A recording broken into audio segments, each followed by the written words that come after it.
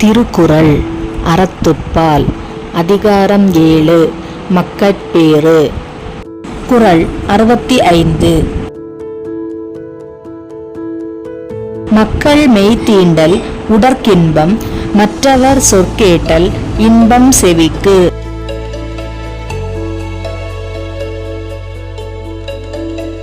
விளக்கம்: தம் குழந்தைகளை தழுவி மகிழ்வது உடலுக்கு இன்பத்தையும், அந்த குழந்தைகளின் மழலை மொழி கேட்பது செவிக்கு இன்பத்தையும் வழங்கும்.